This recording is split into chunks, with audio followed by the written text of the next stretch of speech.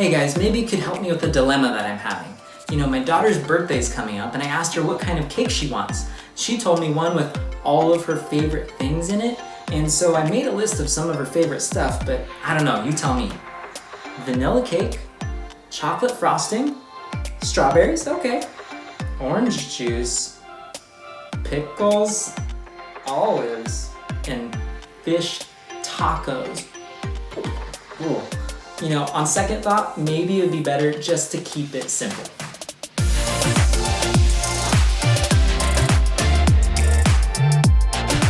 Welcome to our series, Jesus Practices, where kids and grown-ups are coming together to talk about 7 healthy life habits that are going to help us grow stronger in our faith and in following Jesus. This week, we're talking about the practice of simplicity.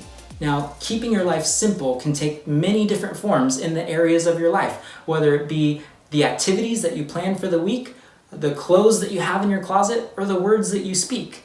Today, we're just going to focus in on one area, and that is our possessions, or the things that we own. How can we live simply? That brings us to our discussion topic for today. Think of a time where having more of something wasn't necessarily better. Think about it, share, and discuss. Remember, you're thinking of a time where having more of something wasn't necessarily a good thing. And then come back.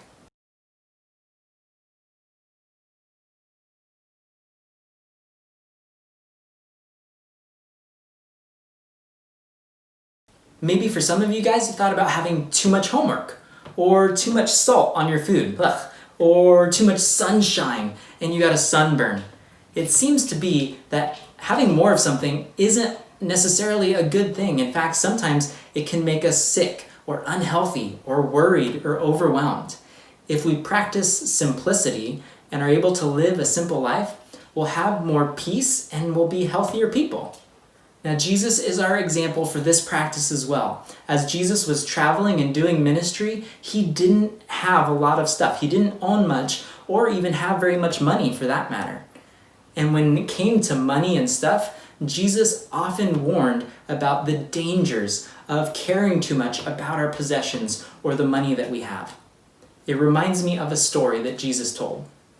In Luke chapter 12, Jesus said this: "A rich man had a fertile farm that produced fine crops. He said to himself, 'What should I do? I don't have room for all my crops.' Then he said, 'I know, I'll tear down my barns and build bigger ones. Then I'll have enough room to store all my wheat and other goods. And I'll sit back and say to myself, my friend, you have enough stored away for years to come. Now take it easy, eat, drink, and be merry.' But God said to him, 'You fool, you will die this very night. Then who will get everything you worked for?' Yes, a person is a fool to store up earthly wealth, but not have a rich relationship with God." Jesus said it was foolish for a person to let their things or their possessions distract them from having a good relationship with God. And that's why simplicity is a practice that Jesus followers have done for thousands of years. Since we're talking about living simply and maybe not having too many things or owning too many possessions, that gives me an idea for a game. Game time! Okay, I'm calling this one Shedding Layers. What you're gonna wanna do is load yourself up with as many shirts as you can put on over your first layer, and then come back and race to see who can get down to their first layer the fastest. Hit pause, go get your shirts, and come back.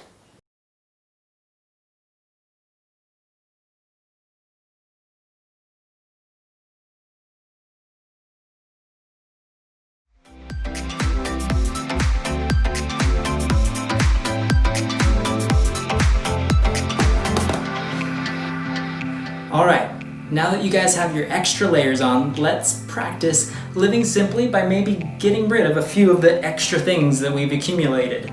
So when I say go, shed those layers down to your first one. I've got 7 extra layers, so a total of 8 shirts. I wonder how many you have, but maybe you can still beat me. You guys ready? On your mark, get set, and go.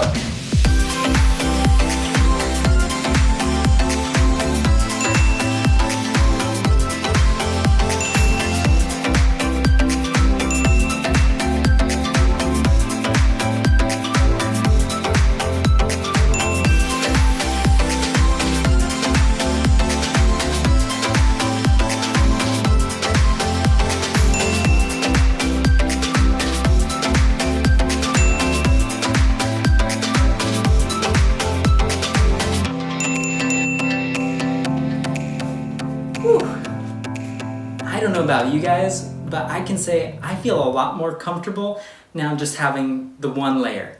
Sometimes simple is better. You know, I can only speak for myself, but I've recently realized just how much extra stuff I really have and how it really isn't making my life any better. In fact, it just gives me more to clean, more to organize, more work to do, more time wasted, more to worry about. I don't want that. I look forward to simplifying the things that I own to be simple. You and your family are going to have to decide for yourselves what enough is. But I can tell you that in general, the culture that we all live in tells us that we need more. More is always better. Go buy the next new thing and it'll make you happy or it'll make you special. But those sort of things couldn't really be further from the truth of what Jesus has taught us about living a simple life and not caring too much about what we own and what we have. And if you're ready to dive into the practice of simplicity, here are a few simplicity pro tips. Tip number 1, spend less time on screens. The more you're in front of a TV or tablet, the more advertisements you're seeing. And advertisements are just designed to make you want more stuff, even though that stuff usually can't provide what it's promising. Don't compare yourself to your peers, your friends. Just because so-and-so has something doesn't mean you need it, and it doesn't mean that the thing they have is making their life any better. Before you get something new, ask yourself, will this help me follow Jesus? If the answer is yes, that's one thing. If the answer is no, this actually won't help me follow Jesus, or maybe it'll keep me from following Jesus, then definitely don't include that in your life. Here's a really important tip. Enjoy the simple things in life, which are often free. Think about the fresh air that we can breathe, the taste of food on our tongue, the beauty of the world around us. There's so many good things that we can be thankful for without adding more stuff to our life. And finally, if you are going to simplify by getting rid of things, consider how you might be able to donate or bless somebody with something in order to make good use of the stuff that you have. Let's be good keepers of what God has given us so we can use our resources to give to the needy or those who would experience love by our giving.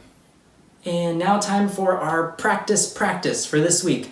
The practice of simplicity. You are going to identify an area in your life where you could simplify.